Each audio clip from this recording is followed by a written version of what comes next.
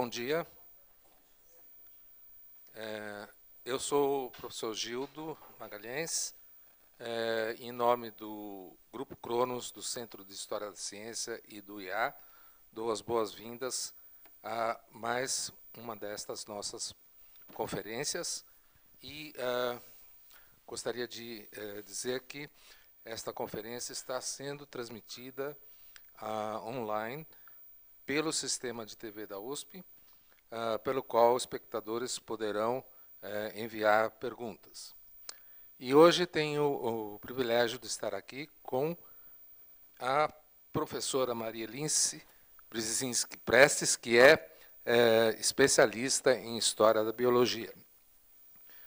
Ela é graduada em Ciências Biológicas na PUC do Paraná e, mesmo tendo a maternidade de 2 filhos, fez a sua especialização em História da Ciência e Epistemologia na Unicamp e fez o mestrado no PROCAN da USP, o doutorado na Faculdade de Educação da USP e com pós-doutorado no exterior, Canadá, França e Estados Unidos.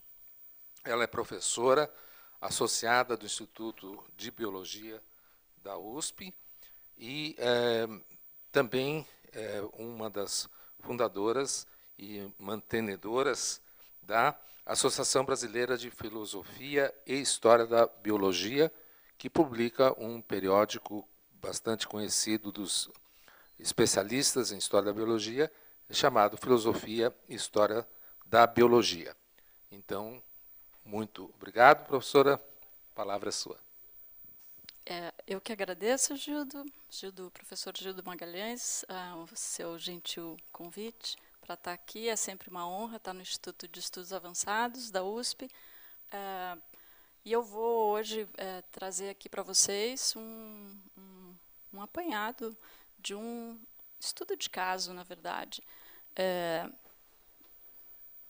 que eu venho investigando, venho trabalhando já há bastante tempo, que são as pesquisas de Lázaro Spallanzani, um naturalista do século XVIII, italiano, e eu vou me concentrar em um dos estudos que ele fez.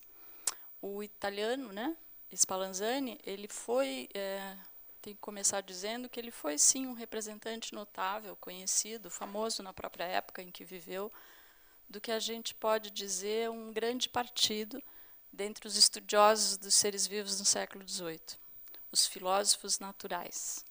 Eles eram ocupados essencialmente com as causas e o funcionamento do orgânico.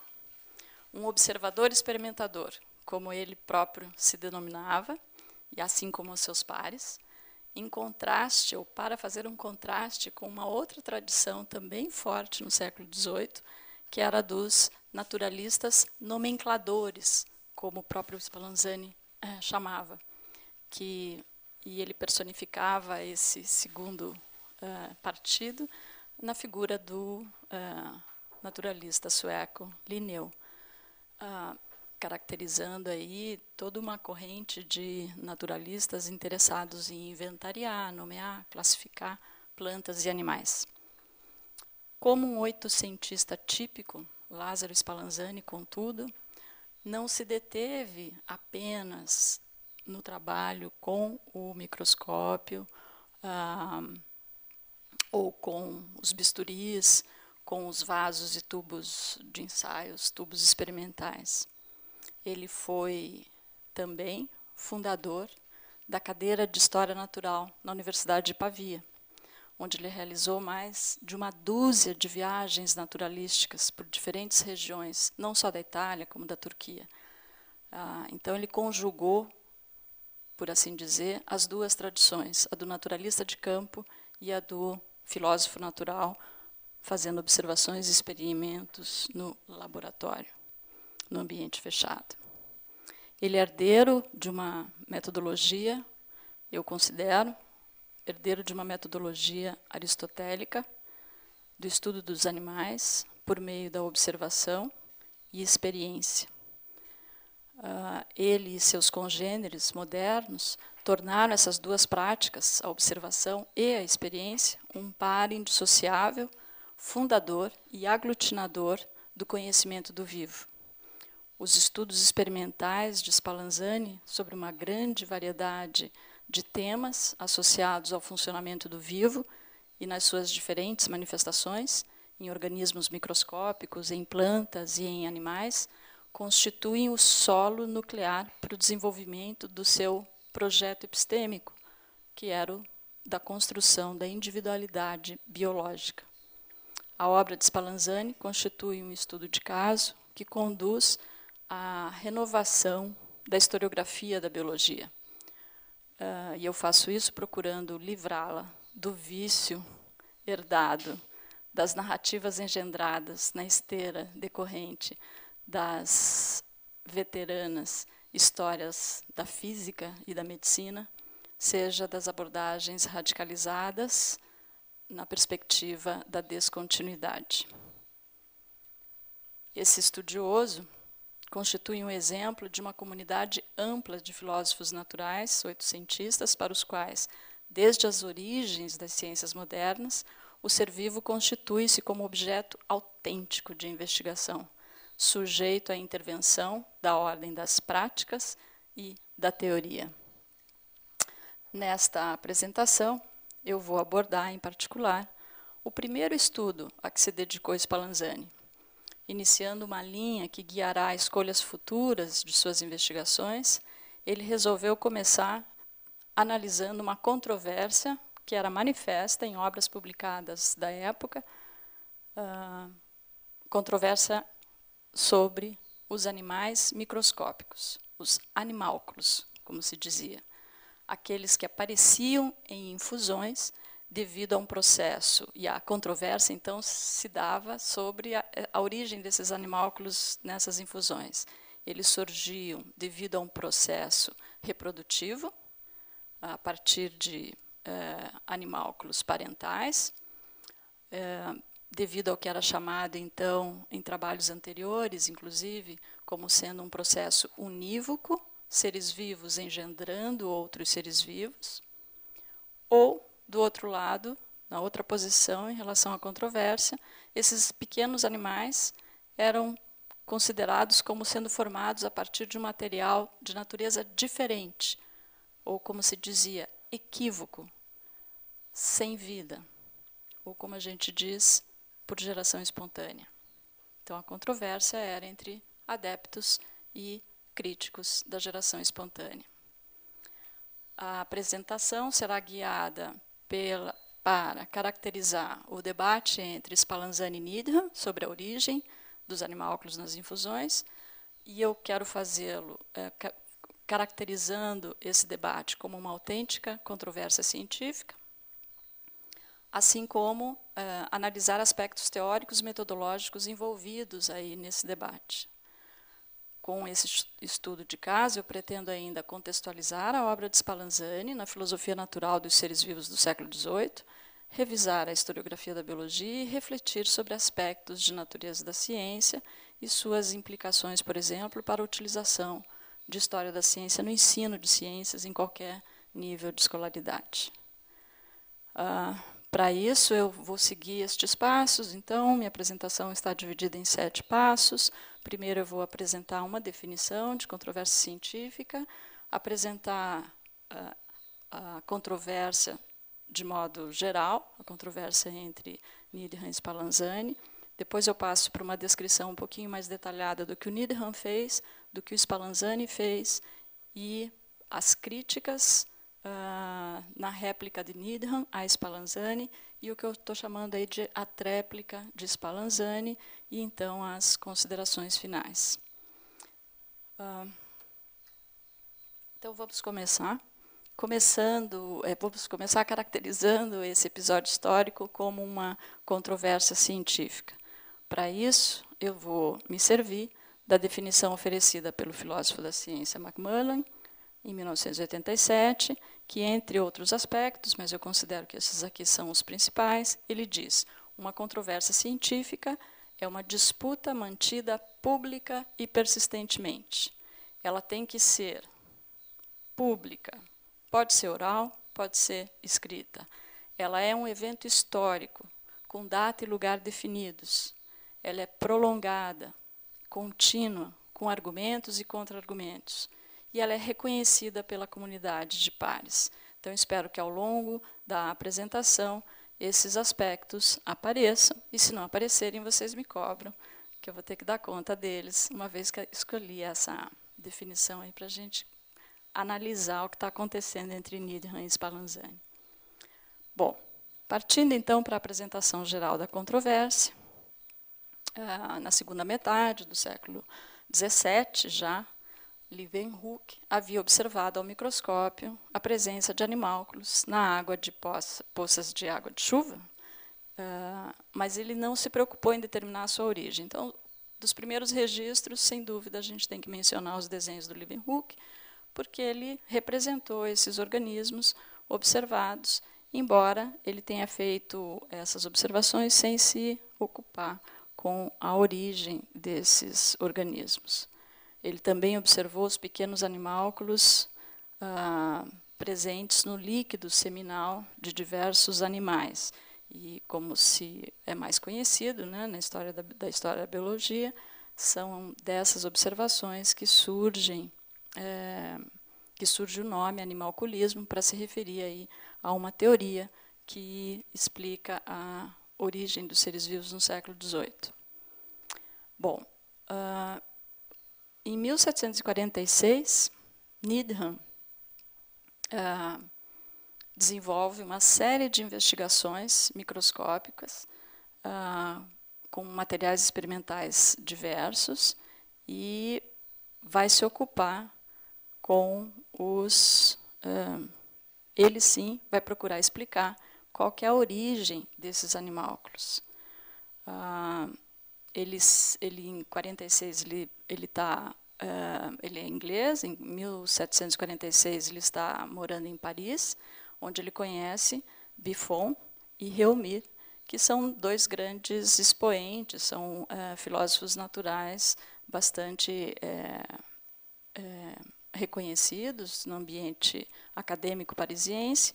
O Buffon trabalhando no Jardim de Plantas, o do Rei, e o Réaumur ligado à Academia de Ciências de Paris.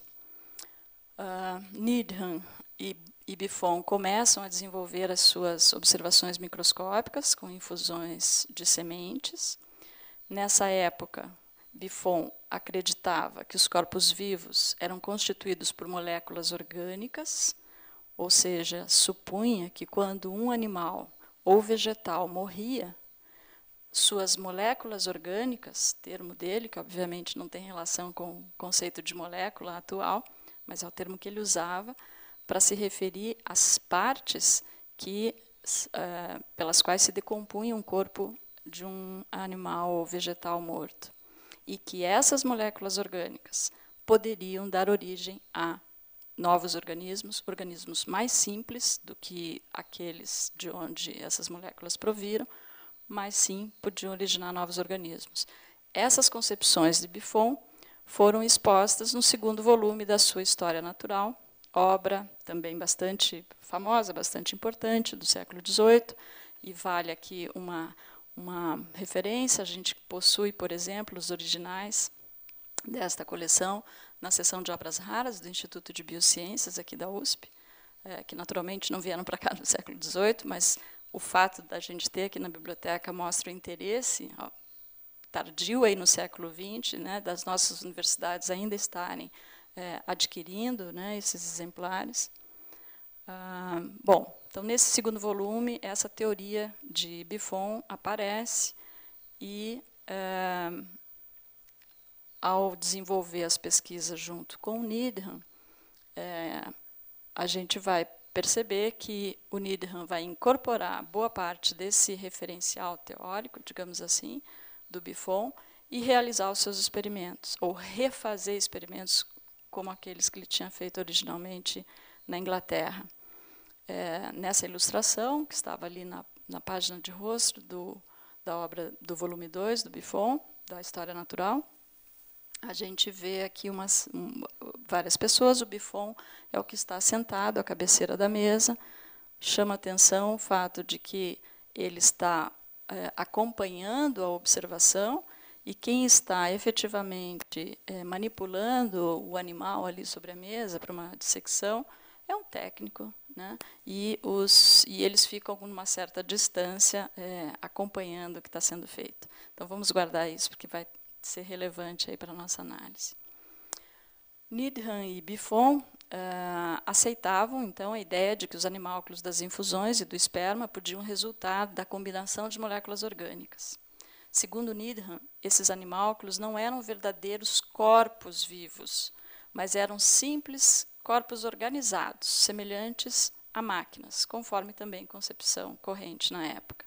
Segundo Needham e Buffon, a geração desses corpos organizados era espontânea ou equívoca, como já mencionamos, termo da época, e a ideia oposta, que era aceita pela maior parte das pessoas, é de que não, que esses animálculos decorriam de geração unívoca, os seres vivos surgiam a partir de germes ou ovos depositados por progenitores similares a eles.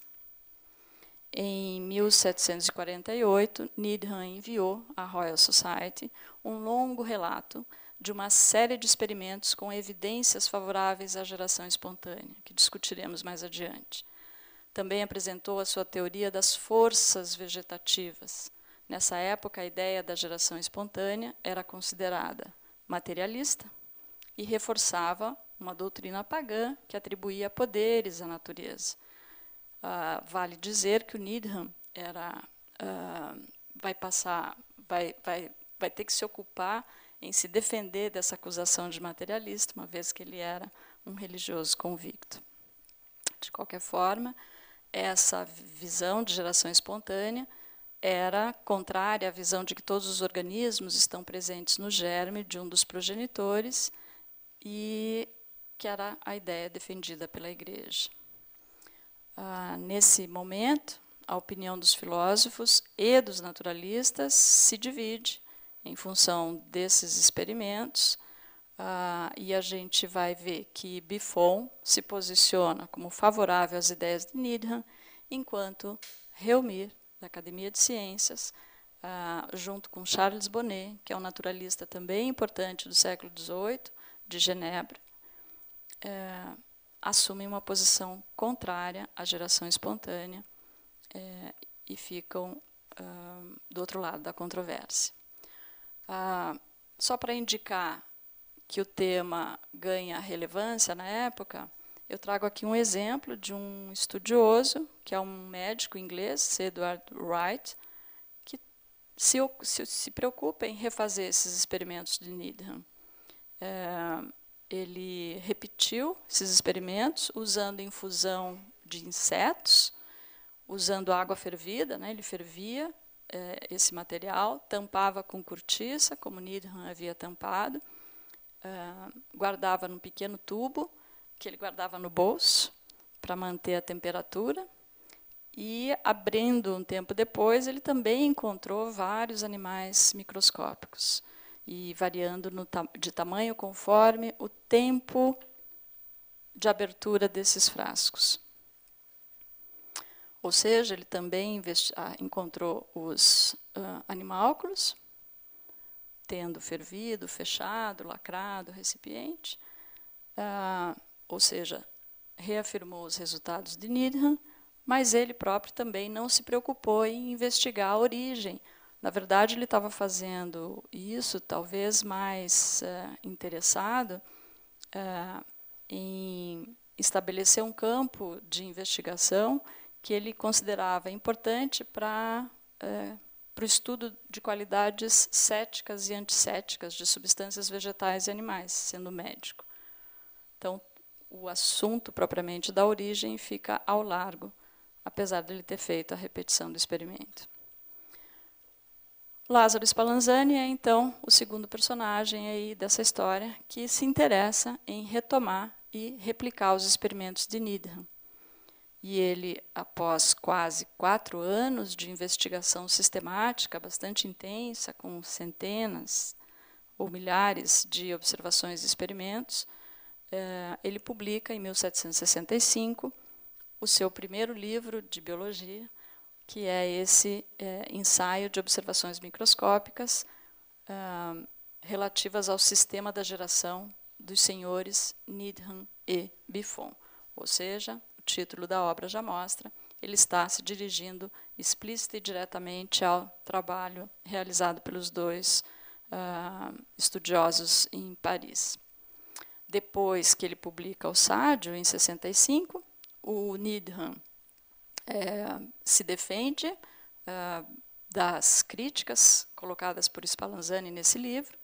Então, ele apresenta sua réplica, né, em 1769, 4 anos depois, e ela é seguida por uma tréplica de Spallanzani, que ocorre no mesmo ano, de 69, quando ele está assumindo a cadeira de História Natural em Pavia. Então, na aula inaugural dessa universidade, ele já apresenta argumentos criticando a insistência do Needham na defesa da geração espontânea, e ele retoma também outros estudos, publicando, quase 7 anos depois, uma obra em que ele expande a sua crítica para outros grupos, para outros tipos de experimentos, diferentes daqueles da obra de 65. Ele queria... bom, então vamos conhecer melhor, né? Então, se esse é o resumo da história, vamos conhecer melhor, afinal de contas, o que é que o Needham fez, qual era a posição dele. Needham era crítico da teoria da preexistência dos germes, que ele não considerava mais do que um mero preconceito, que já possuía 2 séculos. Ele argumentava, Needham, que Deus deve ter estabelecido forças na natureza que conduzem à geração equívoca, à geração espontânea. Então, aqui a gente vê bem que ele está na contramão da tendência majoritária de considerar que, ao aceitar a geração espontânea, você tem que eliminar uma ação criadora. Needham repete a presença, a existência da criação em vários momentos da sua obra, apesar de ser criticado pelos pares, né, como sendo materialista. Ele queria mostrar exemplos de seres que são produzidos por plantas, ou mais propriamente, são gerados a partir de plantas. Os animálculos que apareciam nas infusões, ele acreditava, eram produzidos a partir de algo que vinha de fora ou provinha da própria substância infusa. Então, essa é a primeira pergunta que ele faz ao começar os experimentos. Ele obtém os animálculos e quer saber de onde eles estão provindo. Para decidir isso, ele realizou séries experimentais. Então, ele introduziu certa quantidade de caldo de carneiro, fervido e quente, em um frasco, fechou-o cuidadosamente com uma rolha de cortiça. Conservou o frasco e seu conteúdo durante algum tempo, sobre brasa quente, expôs o frasco ao calor do sol durante alguns dias e, passado um período, ele abriu o frasco e observou ao microscópio que cada gota do caldo continha uma enorme quantidade de animais microscópicos que se moviam. O mesmo aconteceu em outras infusões que ele descreve de diferentes substâncias animais. Ele utilizou sangue, ele utilizou urina, e utilizou também vegetais para elaborar essas infusões. Ele considerava que ele tinha tomado todas as precauções necessárias. Os animálculos não podiam ter vindo de corpos móveis ou de ovos flutuantes no ar exterior, porque o frasco havia sido fechado. Ele também afirmava que os animálculos não podiam ter vindo junto com a matéria infusa, nem das paredes do recipiente, nem do ar do interior dos recipientes, porque tudo isso havia sido aquecido de maneira a destruir qualquer vestígio de vida. As suas conclusões são as de que os animálculos eram provenientes da própria matéria em infusão e que existia na matéria orgânica, portanto, uma força plástica ou vegetativa. Essas são, naturalmente, as inferências, né, elaboradas a partir daquela observação experimental. São as conclusões. Em suas próprias palavras, ele diz: eu obtive, nesse momento, certas provas desses poderes vegetativos que, desde o começo de minhas observações, havia notado residirem em todas as substâncias animais ou vegetais, e em todas as partes dessas substâncias, até o menor ponto microscópico. O experimento de Needham é extremamente importante. Needham utilizou técnicas que não deixam de ser novas na época, apesar de parte dessas técnicas já terem sido empregadas por Francesco Redi no século anterior. De qualquer forma, ele está estabelecendo protocolos experimentais que são pouco usuais entre os filósofos naturais do vivo no século XVIII. Ele está usando líquidos expostos à ação de altas temperaturas, ele está examinando o conteúdo, né, desses frascos fechados hermeticamente depois de um período. Então, essa é uma técnica que é inovadora. Por isso, os experimentos dele têm que ser levados a sério, porque ele está trazendo inovação técnica, metodológica para o estudo. Eu falo isso, levados a sério, porque, em geral, quando se narra as descobertas do Needham, ou as conclusões do Needham nesses estudos, se faz com uma certa ironia de que ele foi ingênuo ou pouco cuidadoso, ao considerar que aqueles animálculos ali estavam sendo gerados espontaneamente. Bom, logo após a publicação do trabalho do Needham, aparece em Paris um livro intitulado Cartas a um Americano sobre a História Natural Geral e Particular do Sr. Buffon, uma obra anônima, mas que corria, inclusive se encontra nas cartas do período, com muita frequência, a referência ao nome, ao autor dessa obra, que seria Joseph-Adrien Lelarge de Lignac, que era um auxiliar de Réaumur na Academia de Ciências. Então, sabe-se, né, que a obra foi escrita sob a influência de Réaumur. E o que esta obra vai trazer de crítica a Needham? Uma das mais duras críticas é a de que o sistema das moléculas orgânicas é triste e grosseiro, segundo a antiga escola, sem base em observação e experiência. Ou seja, o que aparece como crítica principal no livro é apenas uma retomada de um aspecto teórico que estava sendo considerado naqueles experimentos, que era a questão das moléculas orgânicas. E essa crítica se dá apenas com uma adjetivação aí, negativa e simplista, de que se tratava de um sistema triste e grosseiro. Outro aspecto que a carta levanta é de que os glóbulos móveis, os tais animálculos ou glóbulos móveis, ainda que muito pequenos, são verdadeiros animais e provêm de progenitores que lhes são similares. Ou seja, a carta apenas reafirma a perspectiva contrária à geração espontânea, dizendo que, apenas afirmando, sem trazer novas evidências de observação ou de experiência, sobre a natureza daqueles corpos móveis ali vistos ao microscópio, simplesmente negando que se tratava das moléculas orgânicas ou dos glóbulos móveis que Buffon e Needham queriam interpretar. Essas cartas também criticaram alguns aspectos dos experimentos do Needham. Um deles é de que os animálculos das infusões podiam provir de animais que estavam... insistem a crítica é de que, sim, ao contrário do que o Needham pensava, esses animálculos poderiam sim provir de outros que estivessem no ar do interior dos recipientes ou nas paredes do recipiente, ou até mesmo misturados no caldo de carneiro, simplesmente porque Needham não teria aquecido suficientemente tudo isso. a crítica procede, assim como a posição de Needham e a crítica procedem porque, na época, não se conhecia o grau de calor que esses organismos ou ovos podiam suportar.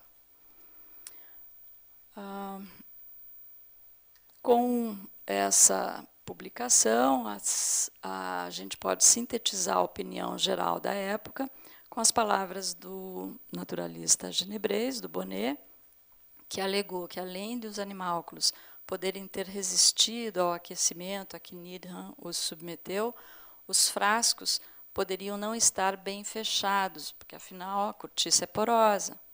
De modo que Bonnet apoiou as críticas anônimas, que a gente sabe serem vinculadas a Lignac e Réaumur, e comentou: devemos perdoar os antigos por sua doutrina nas gerações equívocas, mas o que pensar de um sábio do século XVIII que a ressuscita? Então, eu trago essas passagens para a gente ver como o debate, apesar de tratar de questões de alguns pontos experimentais, ele se dava muito mais num nível extra-experimental de retórica, em que se procura minimizar a opinião do lado opositor. Com esse quadro é que o Spallanzani começa os seus estudos. A gente, quando ele inicia, sabe-se que desde a publicação do Needham, as discussões permaneceram nesse nível de especulação, não havendo novos dados experimentais, e é por isso, então, que Spallanzani decide começar o seu trabalho, e em maio de 1761, ele começa a repetir os experimentos de Needham. Ele publica os resultados no livro de 65, aquele ensaio sobre as investigações microscópicas, o Saggio, onde ele escreve: em diversas cidades da Itália, viu-se a formação de partidos contra a opinião do Sr. Needham, mas não creio que alguém tenha pensado em examiná-la pela experiência. Ou seja, ele está dizendo que todo mundo comenta, todo mundo fala do Needham, mas todo mundo critica, e ninguém efetivamente repetiu seus experimentos, então é isso que ele, Spallanzani, se propõe a fazer.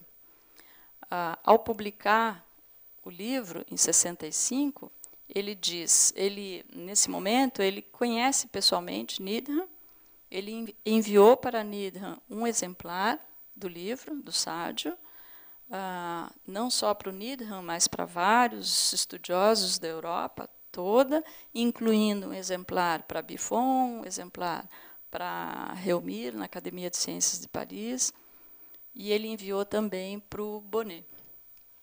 Iniciando, inclusive, esse presente faz com que se inicie entre ambos uma longa amizade, aí marcada por intercâmbio de muitas cartas, em que eles vão discutir estudos por mais de uma década, fazer discussões bastante detalhadas aí sobre os estudos em curso. Ele mandou o livro também para outros expoentes de outras áreas, como o fisiologista Haller, como o físico Nollet e o filósofo Voltaire. Então, Spallanzani sabe bem em que tipo de enxame ele está mexendo e a atração que esse debate poderia causar sobre diferentes tipos ou diferentes áreas aí de estudos acadêmicos do período. No Saggio, o Spallanzani descreveu resultados de observações microscópicas com animálculos que surgiam rapidamente em infusões de diferentes sementes vegetais: abóbora, camomila, azedinha, milho, cevada, trigo.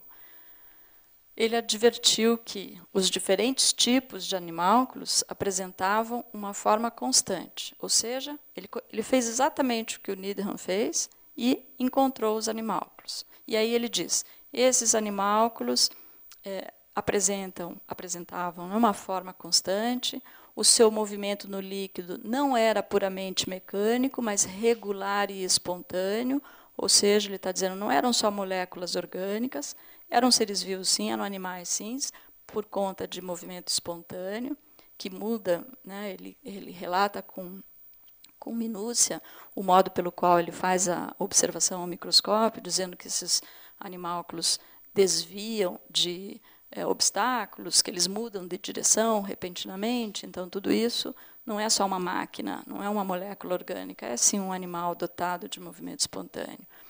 E aí o que ele vai fazer, que é bastante importante para os resultados que ele vai obter adiante, é estabelecer os diferentes graus de calor, como ele fala, de calor e de frio, que esses animálculos poderiam suportar, e compara com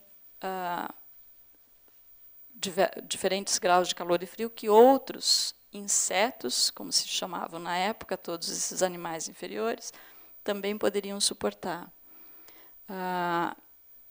Por conta dessa primeira série de experimentos, a conclusão dele não é da geração espontânea, mas sim, ele diz, posso concluir com certeza que isso que eu estou vendo ao microscópio são verdadeiros animais.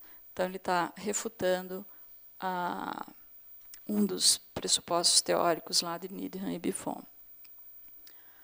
Tais resultados, né, contrariavam, né, a ideia dos glóbulos móveis e das moléculas orgânicas, e estavam nitidamente de acordo com as objeções feitas nas cartas a um americano, que indiretamente foram escritas por Reumir. Spallanzani repetiu os experimentos de Needham, introduzindo variações agora, para eliminar a dupla causa de dúvida.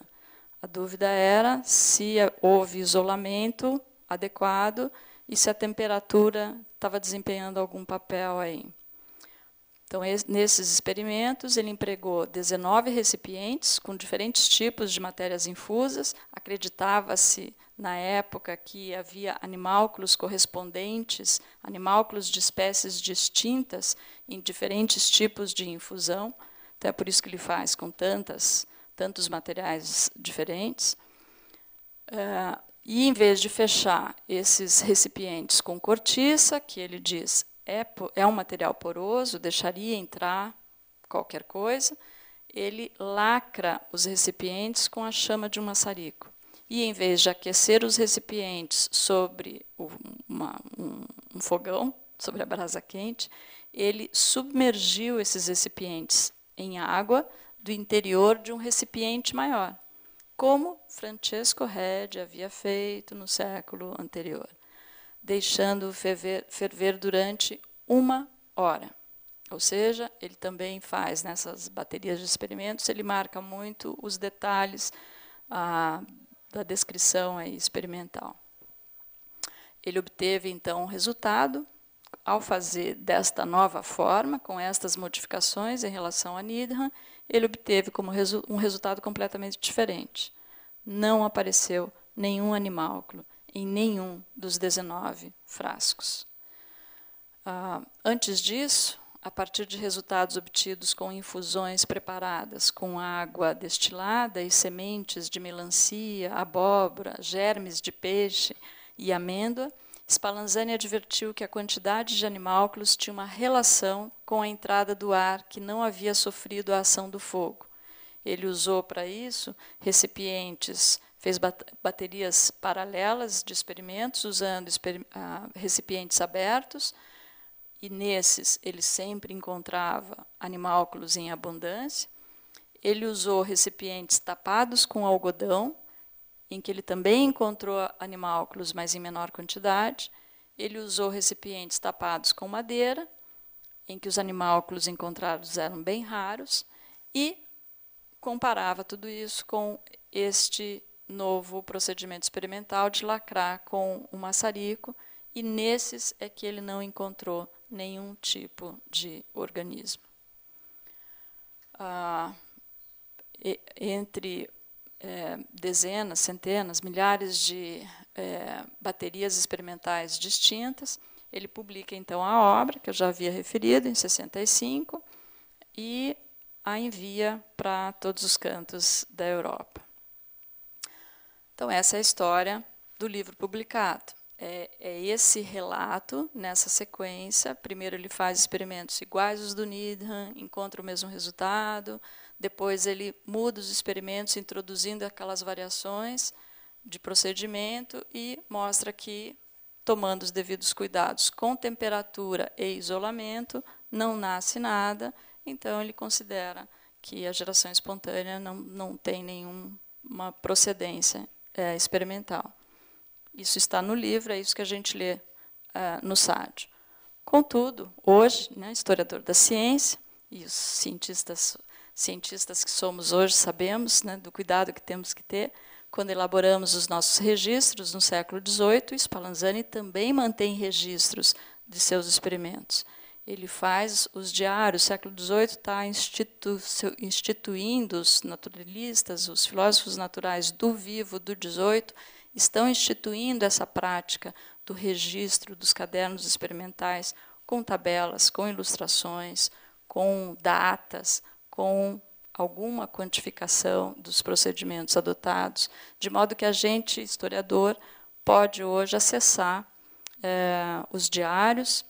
Além dos diários, inclusive publicados, né, tenho aí a capa de um diário de experiência e observação do Spallanzani, que já se encontra publicado, não é só mais manuscrito. A gente dispõe também das cartas trocadas entre ele e outros naturalistas do período, e a gente pode comparar isso com o Sade. E, ao fazer esta comparação, a gente percebe que a história é um pouco diferente.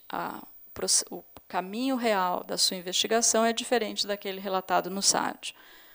O que não é tão espantoso, porque, afinal, quando você publica o livro, você faz uma síntese para o leitor. A questão que pega aqui é o que a gente vai encontrar no diário, é que, quando ele começa repetindo os experimentos do Needham, ele dá indícios de estar convencido de que vai encontrar os mesmos resultados e, possivelmente, convencido de que Needham estava certo.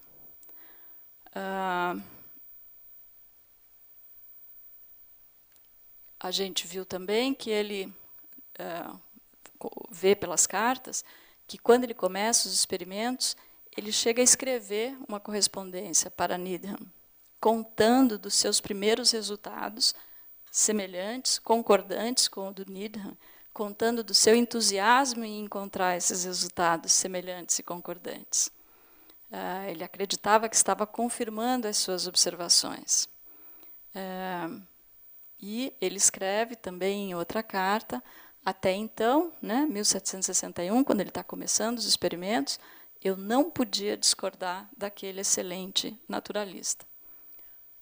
Depois disso, na verdade, 2 anos depois, no outono de 1763, Spallanzani retoma uma série longa de experimentos, mas já segundo as objeções a Needham expostas na carta ao americano, nas cartas ao americano, inspiradas por Reumir. E, além dele ter lido esse material e ter refeito os experimentos com base nessas críticas, ele também parece ter convergido para essa nova posição, no sentido de ficar num ponto contrário ao de Needham, devido a uma nova valorização que o pré-formismo estava atravessando na época. O pré-formismo é a concepção defendida pelo Bonnet. Bonnet publica um livro importante, né, que é traduzido na Itália, é abordado pelo fisiologista mais famoso da época, que é o Haller, da Alemanha, e, além, então, do próprio impacto no mundo acadêmico, há também dimensões filosóficas e religiosas aí em jogo. Enfim, são suposições, cruzamentos de eventos que estão ocorrendo no período. O que a gente sabe é que, quando Spallanzani publica o Sádio, ele omite inteiramente esse momento dos seus pensamentos. Ele expõe a existência de uma controvérsia que dividia a opinião dos filósofos naturais da época entre os que defendem a pré-formação ou os que defendem a epigênese, entre os que defendem as forças plásticas ou o sistema dos ovíparos. Desde o início dessa versão, ele se posiciona abertamente a favor da pré-formação, criticando duramente o segundo sistema, que é o defendido por Needham e Buffon. Ou seja, ao publicar o Sádio, Spallanzani omitiu inteiramente o percurso real de suas investigações. A ordem dos experimentos que aparecem no Sádio não corresponde à ordem que ele, de fato, os realizou. Spallanzani relatou os experimentos numa ordem relacionada diretamente aos argumentos de Needham e Buffon, que ele desejava criticar. O relato do Sádio é indicativo do esforço persuasivo do autor, de modo a fornecer uma apresentação consistente ao sistema de geração dos seres vivos que ele queria defender. Nesse momento é que vem, então, a réplica de Needham, e curioso é notarmos onde ela aparece. Needham, quando tinha recebido a carta de Spallanzani, que tinha refeito os experimentos e estava contente em confirmá-los, Needham se empenha, desde então, a produzir a tradução da obra do Spallanzani para o francês, quando ela aparecesse.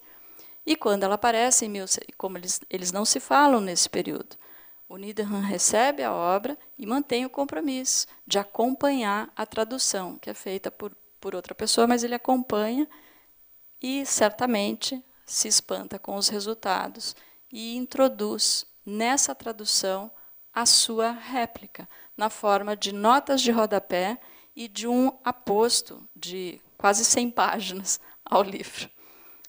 Então, é por essas notas. Então, o curioso é que a crítica do Needham ao Buffon aparece como nota de rodapé a tradução da própria obra.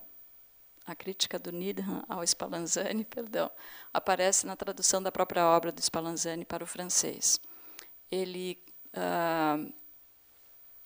diz... bom, aqui é só a página mostrando que ele está traduzindo. Então, é esse o texto em que ele vai colocar, acrescentar as notas das pesquisas físicas e metafísicas sobre a natureza e a religião e as novas teorias da Terra, né, do Needham, ele que está apresentando esse material. Needham manteve a defesa da existência de nessas objeções, a gente vê que ele defende a defesa, ele mantém a defesa da força vegetativa, que podia produzir animálculos a partir de um vegetal morto, e apresentou duas objeções a Spallanzani.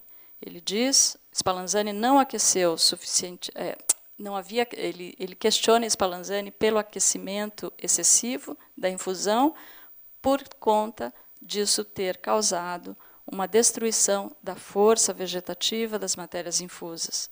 E esse calor excessivo poderia também ter corrompido o próprio ar existente no interior do frasco.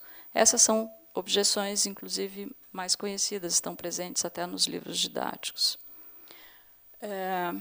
E ele termina dizendo, e eu vou trazer um trecho mais longo dele aqui para a gente ler, ele diz, aqui está a minha última proposta e o resultado de todo o meu trabalho em poucas palavras, que Spallanzani, renovando suas experiências, use substâncias suficientemente cozidas para destruir todos os supostos germes que ele acreditava estarem presos às próprias substâncias, ou aderidos nas paredes interiores, ou flutuando no ar do recipiente. Que ele lacre seus recipientes hermeticamente, deixando ali uma certa porção de ar sem agitá-lo. Que ele os faça submergir na água fervida durante alguns minutos, não uma hora.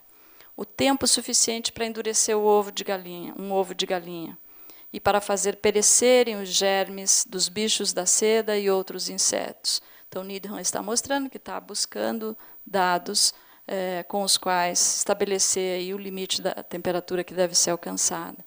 Em uma palavra, que o Spallanzani tome todas essas precauções e que ele deseje, mas que somente trate de destruir os supostos germes que vêm de fora. Eu repito que, se ele fizer isso, ele encontrará sempre esses seres vivos microscópicos, em quantidade suficiente para submeter à prova nossos princípios. Agora, se quando ele abrir seus recipientes, depois de tê-los deixado repousar o tempo suficiente, ele não encontrar nada de vital, nem nenhum sinal de vida nessas condições, eu abandono meu sistema e renuncio às minhas ideias. Essas são as últimas palavras de Needham sobre o episódio, mostrando que ele está propondo que o Spallanzani refaça os experimentos, mas segundo as suas próprias, os seus próprios limites aí de temperatura, principalmente, única condição pela qual ele poderia mudar de opinião. Então, é possível perceber que os resultados dos experimentos desenvolvidos por Needham e Spallanzani podiam levar a interpretações opostas e plausíveis. A tréplica de Spallanzani que se segue vai se basear, basicamente, como eu mencionei antes, vai ser feita num discurso de abertura do curso de História Natural em Pavia. Nesse discurso, ele reafirma ser possível compreender o resultado dos experimentos sem qualquer ajuda, ou sem o apelo de forças vegetativas, e ele retoma os experimentos e publica, alguns anos depois, uma nova obra, que são essas obras de física animal e vegetal, em que ele vai, são 5 livros diferentes nesta publicação, e um deles se refere exatamente aos animálculos das infusões. E ele retoma as 2 objeções do Needham. Ele diz, em relação à primeira objeção, de que o calor excessivo havia destruído a força elástica das matérias infusas, ele elabora uma série de novos experimentos, como que cedendo a essa crítica, ele diz, se Needham tivesse razão, o número de animálculos diminuiria conforme maior fosse o tempo de fervura da infusão. Por outro lado, se a infusão fervesse durante bastante tempo e ainda assim aparecessem animálculos, o argumento de Needham não seria procedente. Spallanzani utilizou infusões feitas com diferentes tipos de sementes de vegetais, feijão branco, aveia, trigo sarraceno, cevada, malva, pimenta e gema de ovo. Colocou as infusões em 32 recipientes, que foram tapados com rolhas de cortiça, e os ferveu em 4 diferentes intervalos de tempo, meia hora, 1 hora, 1h30, 2 horas, deixando-as esfriar ao ar livre. Posteriormente, observou várias gotas de cada uma das infusões, diluídas em água destilada ao microscópio. Em todos os recipientes, uma ebulição longa, como essas que ele fez, não evitou o aparecimento de animálculos. Os animálculos variaram em quantidade, qualidade e padrão de surgimento. Spallanzani relacionou o tempo de ebulição com a decomposição mais rápida e maior produção de alimento para os animálculos. Ele também submeteu à prova se o aumento da intensidade de calor sobre as sementes prejudicava o aparecimento dos animálculos. Ele tostou, moeu as sementes, produzindo um pó fino, depois carbonizou-o, constatou que as infusões preparadas com esses materiais nunca deixaram de produzir animálculos, ainda que expostas a qualquer grau de calor. Então, ele conclui, disso resulta uma rigorosa e incontestável consequência. A primeira objeção do naturalista inglês é falsa, e a força vegetativa nada mais é que pura obra da imaginação, já que se a violência do fogo devia privar as infusões de qualquer espécie de animálculos, destruindo completamente essa força vegetativa, o que se deve pensar quando eles aparecem ainda mais abundantemente, que é o que ele encontrou. Sobre esses experimentos, Bonnet escreve em carta endereçada ao próprio Spallanzani: devido às suas belas experiências, hoje nós estamos seguros de que 2 horas de ebulição não impedem a geração de animálculos. Temos suporte para admitir que, geralmente, a população das infusões é proporcional à duração da ebulição, e quanto mais tempo dura, mais a população aumenta. Aqui está como reduzir a pó todos os sofismas de nosso obstinado epigenista, naturalmente, Needham. Com relação à segunda objeção de Needham, Spallanzani também refaz experimentos, mudando alguns dos seus procedimentos.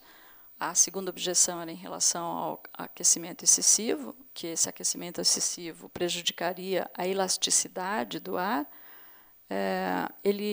Para responder isso, ele submeteu um certo número de recipientes hermeticamente fechados a diferentes intensidades de calor, acreditando que isso produziria uma diminuição no número de animálculos, e se o aumento de calor produziria provas de diminuição de elasticidade do ar, ou seja, se o ar ficava mais rarefeito, que é como a gente pode entender essa exposição, né, que eles faziam sobre o ar. Com auxílio da chama de maçarico, ele estreitou o diâmetro dos pescoços dos recipientes até que se tornassem tubos quase capilares, fechando-os pelo calor nas suas extremidades mais finas. A ação do fogo, mesmo prolongada, não impediu o aparecimento de animálculos, embora menos numerosos. Naquela época, não era possível saber se a ebulição prolongada mudava o ar, porque se sabia muito pouco sobre a composição do ar. Spallanzani conclui dessa nova bateria de experimentos que a força vegetativa de Needham é quimérica e contraditória, outra vez apenas retórica. Os princípios dos animálculos são encontrados em germes particulares, pequenos ovos ou sementes ou corpúsculos pré-organizados, cuja resistência ao calor era variável. Bonnet havia sugerido que Spallanzani tomasse garrafas contendo infusões e cujo pescoço fosse afilado com o maçarico. O ar neles contido seria extraído por fervura, selando as garrafas e depois abrindo-as em altas montanhas, permitindo a entrada de ar. Elas seriam fechadas logo a seguir e posteriormente examinadas. Essa é uma sugestão que o Bonnet havia feito para ele. Se mostrassem animálculos nessas condições, isso confirmaria a geração espontânea. Caso contrário, seria uma evidência contra a geração espontânea. Então, estou fazendo aqui só uma menção, porque a gente conhece bem que é basicamente esse o experimento que o Pasteur vai refazer, quase que 70 anos depois, e a evidência de que ele está repetindo o experimento de Spallanzani a gente encontra no próprio Museu Pasteur, em Paris, onde na sala de jantar da casa, que é mantida lá como museu, ao lado, numa das paredes, há o retrato do Pasteur, na parede de frente da sala de jantar, o retrato de Spallanzani. Bom, voltando à nossa controvérsia, após o Spallanzani fazer essas réplicas, o Needham realmente não se pronuncia mais sobre o assunto. Então, passamos agora às considerações finais sobre esse episódio. A primeira coisa a mencionar é que qualquer concepção ingênua, empirista, de ciência, supõe que é possível chegar a decisões claras sobre os problemas científicos por observações e pela investigação experimental. Este episódio histórico mostra que é muito difícil chegar a tais conclusões claras, ainda que os investigadores se dediquem à observação e experimentação. A questão da gênese dos animálculos das infusões não foi totalmente esclarecida na época. Por quê?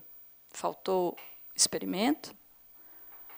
Needham e Spallanzani eram ambos experimentadores competentes, ambos aperfeiçoaram experimentos mais simples que haviam sido realizados antes, ainda que os experimentos de Spallanzani fossem muito bem concebidos, eles não produziram evidências suficientes para que Needham abandonasse seu sistema, como vimos nas suas próprias palavras.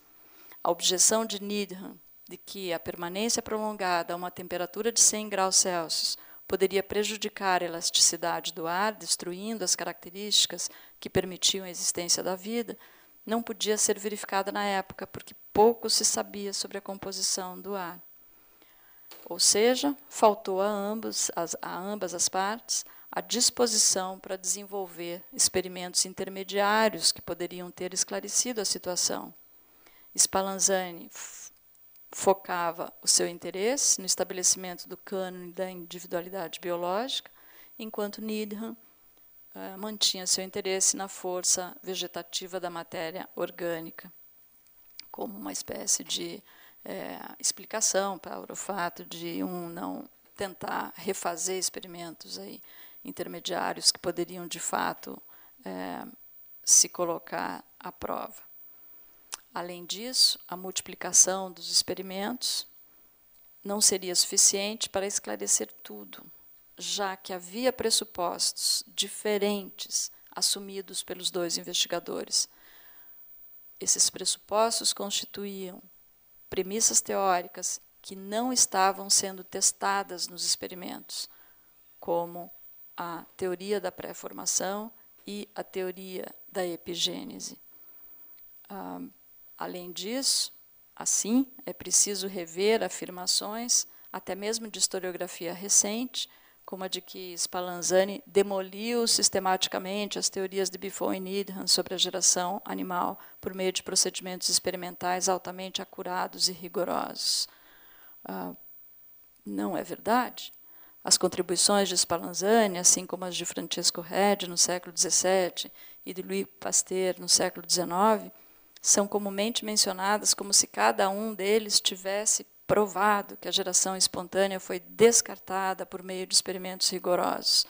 Tanto não foi que foi retomada, né, ao longo desses 3 séculos, e mais, foi retomada após Pasteur. Esse tipo de simplificação apresenta uma concepção simplista de ciência.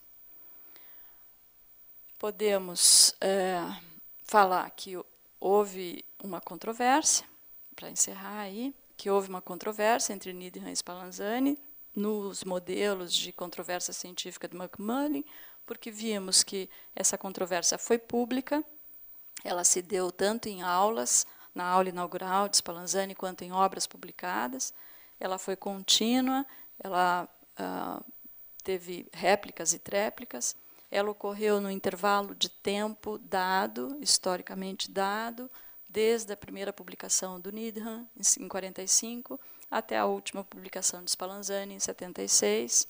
Ela envolveu a Academia de Ciências de Paris, o Jardim do Rei, a Universidade de Pavia. Ela foi acompanhada pela comunidade de pares, como Buffon, Réaumur, Bonnet, para a gente ficar sempre aí apenas nos mais famosos da época. Ainda, segundo Macmullen, uma controvérsia acaba por resolução, ou seja, quando há um acordo mútuo entre ambas as partes, ou ela acaba por encerramento, quando um tipo de fator não epistêmico, como uma autoridade externa, declara que a controvérsia acabou, que é exatamente o que aconteceu quando Pasteur refaz os experimentos e ele é considerado vencedor da controvérsia. Ele não foi considerado vencedor por Pouchet, ele foi considerado vencedor da questão pela Academia de Ciências da França. Então, teria sido encerrado dessa forma.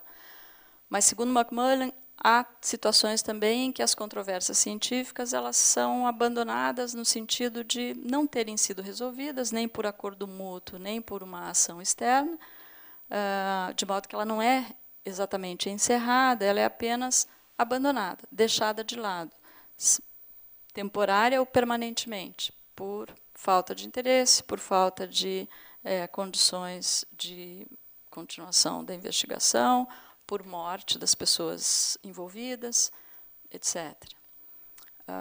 Caracterizada assim a controvérsia, então, com esse modelo, eu caracterizo a controvérsia aí como não resolvida, mas como abandonada, e temporariamente. Dessa forma, a gente compreende por que ela é retomada por Pouchet e Pasteur,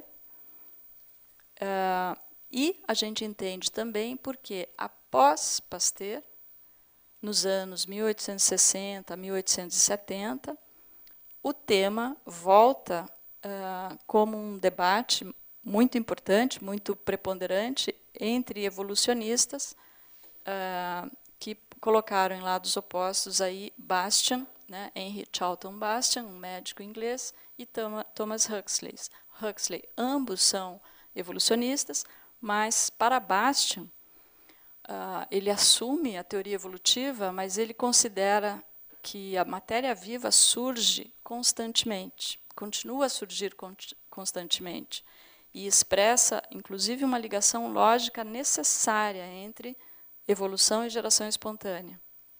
Huxley, por sua vez, adota uma estratégia retórica de definir a posição de Bastian como não darwiniana e afirmar que uma origem naturalística da vida era compatível com as ideias de Darwin, mas apenas no passado distante da Terra. A análise da controvérsia entre Bastian e Huxley mostra que ela se deu menos sobre experimentos em debate e mais sobre a disputa mais sobre o que se chama a disputa pelo manto de Darwin. São darwinistas discutindo, né, ou disputando o seu vínculo com o mestre. De qualquer forma, se ao seguirem a rota do deslocamento da origem da vida ao passado, os experimentos de Oparin são apontados como a cessação da controvérsia da geração espontânea.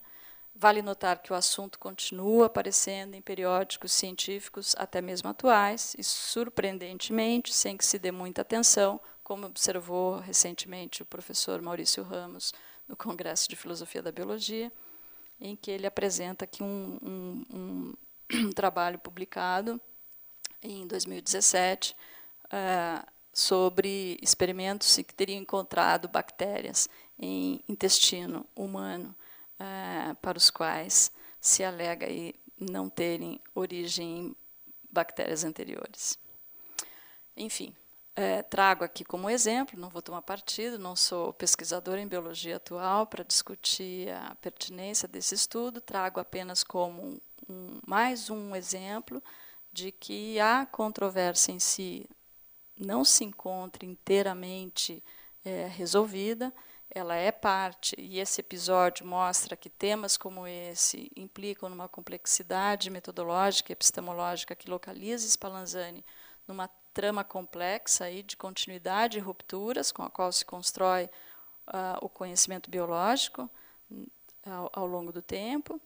E quero encerrar trazendo a luz novamente para a importância das controvérsias como um recurso, não só para o estudo da história da ciência, mas especialmente para a aplicação de história da ciência no ensino de ciências. Vou trazer as palavras do professor Gildo Magalhães, também do ano passado, em que ele lembra que a história da ciência é uma história de controvérsias e que a ênfase nas controvérsias ressalta a importância epistemológica e histórica de que a ciência esteja sempre em crise, pois é assim que brotam novos resultados. A discordância e a falta de consenso ocasionam a distinção da ciência de outras atividades humanas, em que a ortodoxia passa a ser a regra. Sem esse entendimento dialético, a ciência acabaria por sucumbir à intolerância, porque seria dominada por dogmas e paradigmas como uma religião. Então, nada mais oportuno do que trazer estas palavras do professor Magalhães para a gente refletir sobre o papel das controvérsias no desenvolvimento do pensamento científico. Obrigada.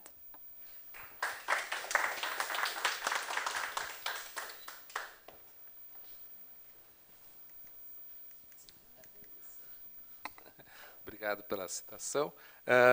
Mas talvez para muitos brasileiros que não conhecem, em geral, história da ciência, o nome de Spallanzani começou a circular com o livro do Rubem Fonseca, Bufo e Spallanzani, que relata, assim, embora em termos ficcionais também, as experiências que ele fez de embriologia, né, com rãs e sapos. Mas, enfim, esse é um assunto bastante relevante e, como você falou, a controvérsia da geração espontânea não terminou. Então, gostaríamos de saber se alguém tem algum comentário, pergunta. O Francisco. Depois a professora Lia. Francisco Queiroz, sou do Departamento de História. Professora Maria Alice, você falou e destacando retomadas recentes, quer dizer, nem Spallanzani, nem Pasteur, digamos, aboliram de vez o pressuposto de geração espontânea, né? E oportunamente citou o professor Gildo, que tem discutido bastante essa questão das chamadas controvérsias científicas. E é curioso porque eu acho que cientistas, intelectuais, sobretudo manuais de ciência, de todas as áreas da ciência, parecem abolir as controvérsias, né? E apresentam a ciência e o ensino de ciências como um campo dogmático, né? Dominado, então, por uma ortodoxia que é definida, né, no caso, né, da geração espontânea, Academia de Ciências, enfim. O Paul Langevin, numa conferência que ele dá no início, acho que em 1930, cientista francês, falando do papel da história das ciências no ensino de ciências, ele chama atenção para isso. Ele diz lá naquela época, no começo do século XX, que o ensino de ciências ele é dogmático. E parece que ele continua ainda hoje, quer dizer, os manuais apresentam a ciência como um processo dogmático, né? Uma ortodoxia, e os manuais, sobretudo, abolem as controvérsias. Isso não passa para o ensino. Claro que tem, a história da ciência tem envidado bastante esforços e os pesquisadores para mostrar que a ciência é uma atividade humana, como qualquer outra, ela é dinâmica e as controvérsias existem em todos os campos, né?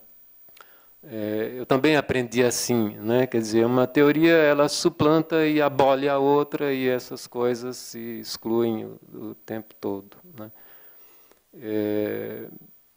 Como é que isso é tratado, né? Imagino todo o esforço no caso do tema que você apresenta sobre Spallanzani, o ensino de ciências, biologia, biociências, como é que essas controvérsias, né, que são importantes, elas são discutidas hoje em relação ao ensino de ciências, à produção de manuais e etc., né? Os manuais mudaram ou eles continuam apresentando, então, essa imagem de ciência como uma atividade humana bastante dogmática? Obrigada, Francisco, pela sua questão. Ela é o fulcro, né, das atividades de muitos historiadores da ciência ocupados hoje com a utilização da história e da filosofia da ciência no ensino, e justamente porque eu acho que, sim, os manuais continuam bastante dogmáticos. A visão de ciência que está lá é a da ciência acabada, é o resultado final. São poucas as iniciativas, são poucos os livros didáticos que procuram explorar alguns episódios históricos com um pouco mais de profundidade. E essa é uma atividade bem recente, a gente pode encontrar em publicações recentes, por exemplo, de livros de biologia para ensino médio, alguns desses episódios sendo mais tratados, em que se pretende mostrar esse processo, algumas vezes refletindo controvérsias bem marcadas aí do passado.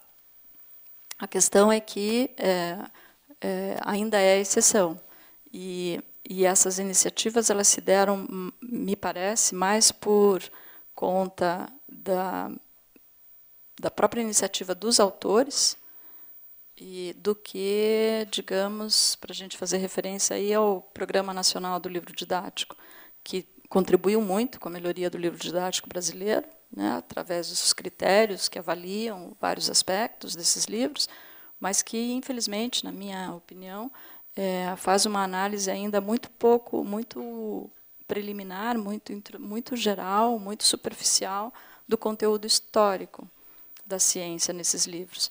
Então, parece suficiente mencionar alguns nomes, algumas datas, alguns fatos, quando a gente sabe que isso não tem relevância nenhuma para os estudantes, porque eles não sabem quem são esses pesquisadores, não sabem o que isso significa, sem que seja apresentado o contexto. Lembro até de já ter conversado com autores de livros didáticos e deles dizerem que é impossível você introduzir mais conteúdos, porque o livro didático já é bastante sobrecarregado. A biologia é uma nova língua, né? Um novo idioma que o adolescente tem que aprender nos 3 anos do ensino médio, de tamanha quantidade de conceitos e o tamanho do léxico, né, empregado para se falar da vida hoje, que então seria impossível acrescentar qualquer coisa nova. E nessa conversa eu lembro de ter sugerido que então se tirassem todas as pequenas citações pontuais para ganhar algumas páginas e explorar pelo menos algum episódio, que se ganhe 2 ou 3 páginas, se explore um episódio de forma contextualizada e complexa, ou mais complexa, para que sirva como um exemplo de como a ciência ocorre na prática, que isso seria mais relevante. Isso, eu acredito que, enquanto o nosso ensino e as nossas avaliações forem conteudísticas, né, ao invés de serem conceituais, o problema vai continuar. A professora Lia queria a palavra. Temos tempo exatamente para mais uma intervenção. Gostei muito da apresentação, eu não conhecia os detalhes. Claro que de Pasteur em diante fica uma coisa mais ou menos conhecida, mas foi importante localizar. E eu gostaria de ressaltar a atualidade total dessa discussão hoje. Porque, na verdade, hoje, a discussão ela enfrenta a problemática da origem da vida, que continua completamente em aberto, e também da evolução, que está fossilizada numa ortodoxia que parece que não está sendo questionada por quem não é cientista. Mas os cientistas sabem que está sendo questionada. Então, por que não aparece para fora? É porque a ciência segue uma tamanha especialização que você não tem como trazer as discussões para o leigo absoluto. O leigo está tão por fora que não consegue nem começar a entender. Agora, com relação à evolução, eu acabei de ver na internet um meeting que teve na Royal Society no final de 2016, que saiu muita coisa em janeiro de 2017, eu vi tudo, questionando violentamente o neodarwinismo, que é uma ilusão total achar que resolveu alguma questão. Não resolveu. O problema básico é que não tem a resposta. Então, quando a ciência não encontrou uma outra resposta, é muito difícil questionar para fora a ortodoxia. Porque fica todo mundo achando que aquilo é verdade. E não é. Mas só quem está dentro é que sabe que não é.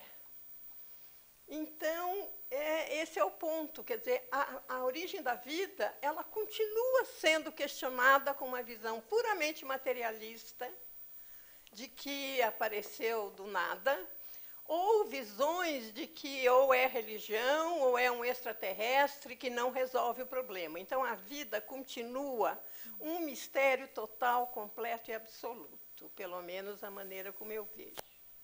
Mas que a evolução também não está resolvida, isso basta ler Darwin. O que Darwin propôs não tem nada a ver com o que os neodarwinismos definiam no começo do século XX. Então, as controvérsias, e eu como física, eu vejo as controvérsias violentas envolvendo os egos dos pesquisadores, sobre detalhes que, se quiser parar para pensar, você chega numa conclusão, mas o ego não deixa. Então, esse é o ponto. Eu acho que a existência de controvérsia dentro da ciência é que precisa ser melhor trabalhada. Porque se você fica só no aspecto histórico, você só vê uma parte. Você não consegue chegar no que está acontecendo. Né? Então, é formidável você poder enxergar do ponto de vista histórico. Mas, do ponto de vista histórico, você só consegue ver depois que quase acabou. Eu acho que tudo isso junto colabora para a gente construir uma concepção da ciência como ela de fato é, né? E eu acho bastante feliz a sua comparação com o que está acontecendo na teoria evolutiva, só que eu faço uma leitura um pouquinho, enfim, não sei em que medida você está considerando que está havendo uma nova ruptura aí com a teoria evolutiva. Eu gosto de pensar mais inspirada no título do livro do Kevin Laland, que é um dos propositores da síntese estendida, que ele chama o livro de Darwin, a obra de Darwin, uma sinfonia inacabada. E eu entendo desse título e da obra que ele publicou que ele que é um dos defensores, né, de chamar com um novo nome a teoria atual, que é essa síntese estendida, que incorpora epigenética, que incorpora conhecimentos importantes derivados dos estudos de construção de nicho ecológico, etc. Ele incorpora, sim, uma mudança tão importante que exija um nome novo para a teoria, mas, ao mesmo tempo, ele fala sinfonia inacabada de Darwin, ou seja, é uma mudança que mantém o núcleo duro da teoria de Darwin. Núcleo duro, entendido aí como seleção natural, seleção sexual. E pela epigenética e pelo nicho, rever o papel do meio ambiente na evolução, que aí é exatamente o que você disse, que a nova síntese lá dos anos 30 havia excluído completamente do que se convencionou conhecer como teoria evolutiva. Então, de fato, eu acho que está ocorrendo a gente está vivendo um momento bastante interessante na biologia atual, que é de revisão de um modelo bastante importante, até mesmo como programa de pesquisas, abrindo programas de pesquisas aí para a área, mas eu não diria que é exatamente uma ruptura com Darwin. Enfim. Eu acho que a ruptura não chegou ainda, mas ela vai ter que existir. Porque eu vou citar especificamente, o que Darwin propôs para a humanidade não foi seleção natural. É isso que a gente tem que conscientizar. É só ler, o livro do Darwin é desse tamanho, eu li inteiro. O que ele propõe é que, para a humanidade, foi seleção sexual. E, para ele, são duas coisas diferentes. O que aconteceu com o neodarwinismo é que, da teoria de Darwin, eles usaram só uma coisa, que foi a competição entre os machos. Mas o que Darwin propôs sobre a escolha da fêmea foi sumariamente apagado, porque na década em que isso foi feito, década de 30, 40, falar em sexualidade feminina, nenhum daqueles homens poderia falar. Então, foi apagado. E eu li coisas muito interessantes sobre os proceedings dos congressos que definiram o neodarwinismo. E aí é impressionante como foi uma posição definida e deliberada. Vamos esquecer os problemas não resolvidos, vamos centrar em genética de populações, que é um caminho, e aí apagou todo o resto. Então, não voltou, porque eu vou ser franca, eu estou seguindo essa literatura há muito tempo. O que voltou foi a ideia de seleção sexual, mas num contexto muito superficial. Quer dizer, os psicólogos e uma série de pessoas voltou a uma ideia de seleção sexual, mas só no sentido de escolha superficial. Então, faz umas pesquisas, como é que os homens escolhem as mulheres e vice-versa, mas não vai no âmago da questão. Enfim, tem muito pano para manga ainda aí. Certamente. Bom, nós estamos agora no limite do nosso tempo, então eu queria agradecer a presença de todos aqui e, mais uma vez, agradecer à professora Marielice pela brilhante conferência. Eu que agradeço.